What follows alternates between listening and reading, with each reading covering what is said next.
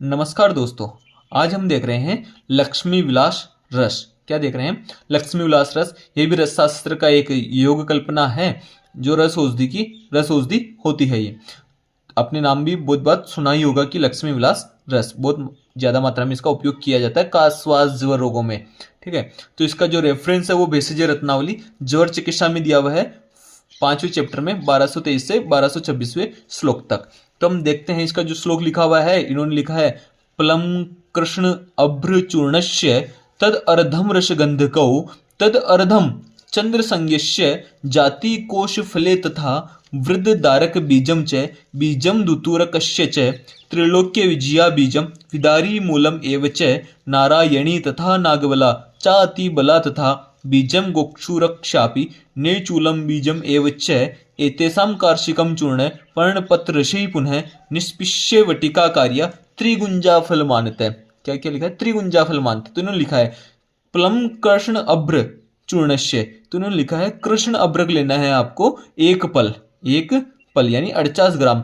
तद अर्धम रस गंधक को उसका आधा क्या लेना आपको? रस गंधक। रस का मतलब पारद और गंधक, शुद्ध पारद और शुद्ध गंधक कितना लेना है? आधा आधा पल यानी 24 ग्राम लेना है। फिर इन्होंने तद अर्धम चंद्र संज्ञस्य, तो उसके भी आधे। किसके आधे? शुद्ध पारद और शुद्ध गंधक से भी आधा क्या लेना आपको? चंद्र संज्ञस्य आपको क्या चंद्र पर्ववटी में बताया था? चंद्र किसको बोला जाता है? कर्पूर को बोला जाता है।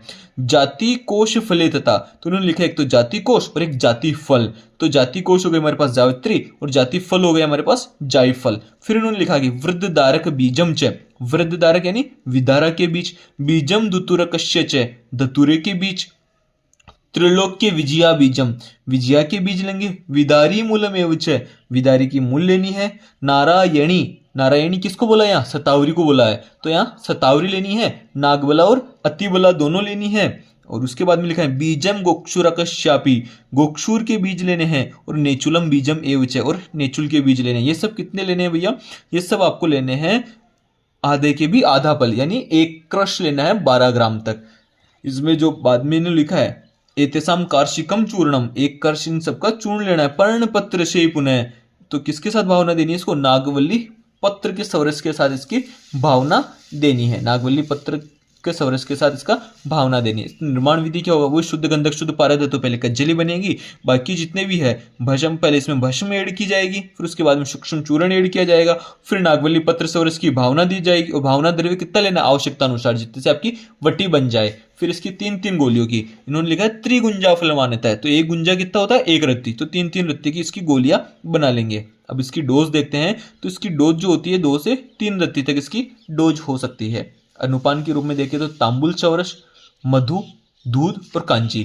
तो रत्ती का मतलब होता है 125 mg, 125 mg, 125 mg को हम एक रत्ती बोलते हैं। तो ये 250 से लगभग 375 mg तक हम इसका उपयोग कर सकते हैं। अब हम देखते हैं इसका थेरेपेटिक यूज की कौन कौन से रोगों में इसका उपयोग किया जाता है।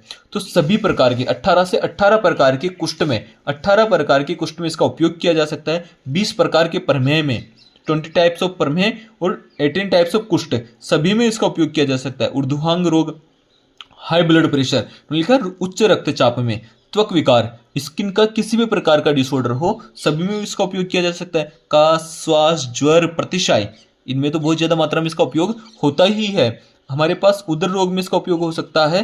सभी प्रकार के शूल में इसका उपयोग किया जा सकता है। कर्ण, नाक, गला रोग, क्योंकि कफ जनित जितने रोग है सब में इसका उपयोग किया जा सकता है। गलग्रह और भगंदर में भी इसका उपयोग किया जा सकता है। अब हम देखते हैं इसका अवस्था अनुसार प्रयोग की मेनली जहाँ उपयोग किया जाता है किस प्रकार से। जैसे जलोदर है, तो जलोदर में लक्ष्मी विलास रस को गोक्षुर के साथ दिया जा सकता है। गोक्षुर जो होता है आपको पता है, ये जो बॉडी से जो एक्स्ट्रा फ्लूइड है उसको बाहर निकालने वाला होता है। ये डायूरेटिक औषधि होती है। कैसे होती है? डायूरेटिक, सबसे अच्छा डायूरेटिक होता है गोक्षुर।